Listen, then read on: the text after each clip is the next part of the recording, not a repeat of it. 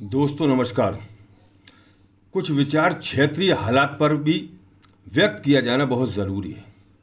सिरोंज लटेरी विधानसभा क्षेत्र के हालात बद से बदतर हैं और ऐसे हालात पे ये कहा जाना गलत न होगा कि गुलिस्तां को बर्बाद करने के लिए एक ही उल्लू काफ़ी था या हर शाख पे उल्लू बैठा है। अंजाम गुलिस्तां क्या होगा। हमारे सिरोंज लटेरी क्षेत्र के विधायक श्री उमाकांत शर्मा कई मंचों से कई स्थानों पर बड़े लंबे दिनों से एक चीज़ को कहते आए हैं कि भू माफिया और कॉलोनाइजरों से मुझे अपनी जान का खतरा है। जब क्षेत्र के विधायक को अपनी जान का खतरा हो तो क्षेत्र का हालात तो ठीक नहीं होगा। लेकिन एक दिन विधायक जी का एक वीडियो वायरल हुआ जिसमें स्थानीय राजस्व न्यायालय के किसी फैसले पर उन पर इल्ज़ाम लगा, तो उन्होंने जिस ढंग से अपनी सफाई और कसमगिरियाँ खाई तो वहाँ थोड़ा संदेह हुआ मन में। तो उनकी कारगुजारियों पर गौर किया तो ऐसा अनुमान मालूम हुआ कि शायद विधायक जी स्थानीय राजस्व अधिकारियों सांठगांठ कर भू व्यवसाय के शौकीन हो गए। और जब क्षेत्रीय जनप्रतिनिधि राजस्व अधिकारियों के साथ भू व्यवसाय में सांठगांठ कर ले तो समझ लो कि फिर राजस्व न्यायालयों में न्याय नहीं फैसले होंगे। वैसे भी राजस्व न्यायालयों में कितने ही मजबूत गवाह हों, कितने ही सबूत हो, लेकिन राजस्व अधिकारियों का विवेक अधिकार सर्वोपरि होता है। वो जो चाहे फैसला दे दें। भूमि स्वामी अपील प्रक्रिया में मुफ्तला हो जाए और जब राजस्व जनप्रतिनिधि से राजस्व अधिकारियों की सांठगांठ हो तो ये कहावत भी गलत ना होगी कि सैया भय कोतवाल तो डर काएगा। ऐसे हालात में क्षेत्र के भूमि स्वामियों किसानों को बड़ी चिंताजनक चिंता की बात है और एक तरह से उनको खतरे की घंटी है।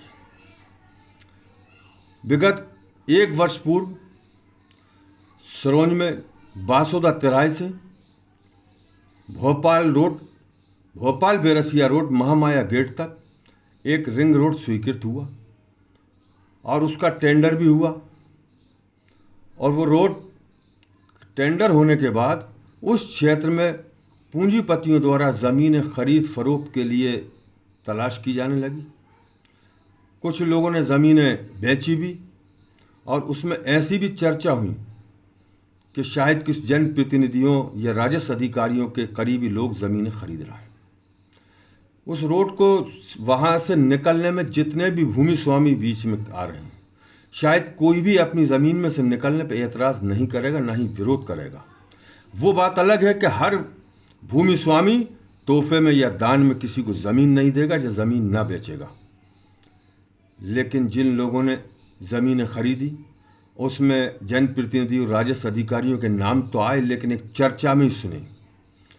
लेकिन यकीन जब हुआ कि रोड का काम शुरू हुआ और जितनी ज़मीनें बिकी थी, जो टेंडर के बाद क्रय विक्रय हुई, उन सारी ज़मीनों को जोड़ने के लिए रोड को टेढ़ा किया जा रहा है। रोड को नदी के किनारे ले जाकर रोड को पहाड़ की खोह से पहाड़ पे ले जाना, टेढ़ा आड़ा करना और उन ज़मीनों को जोड़ा जाना बहुत ज़रूरी हुआ। तो वहाँ जाके ये शक हुआ कि वाकई जो चर्चा थी उसमें कुछ दम है। चीरे गाड़ लेना, फिर उखाड़ लेना, किसी से गुप्त समझौता होना, एक तरह से ये रोड समझौता व्यवसाय बन गया।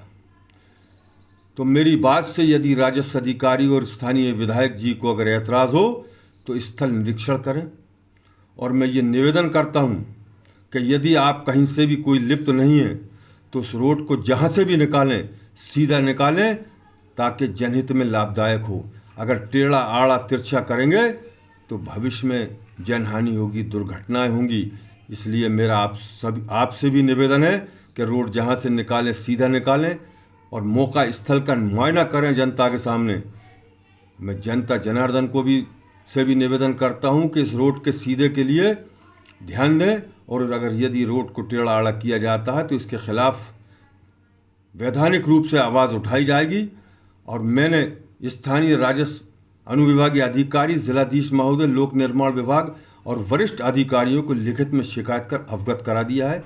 रोड सीधा निकाला जाए निष्पक्ष रूप से, क्योंकि हमेशा रोड रहेगा, चाहे जनप्रतिनिधि हों या अधिकारी हों, इन अब आज हैं कल ना हो, लेकिन जनहानि ना हो। इसी विचार के साथ मैं अपनी बात समाप्त करता हूँ। जय हिंद।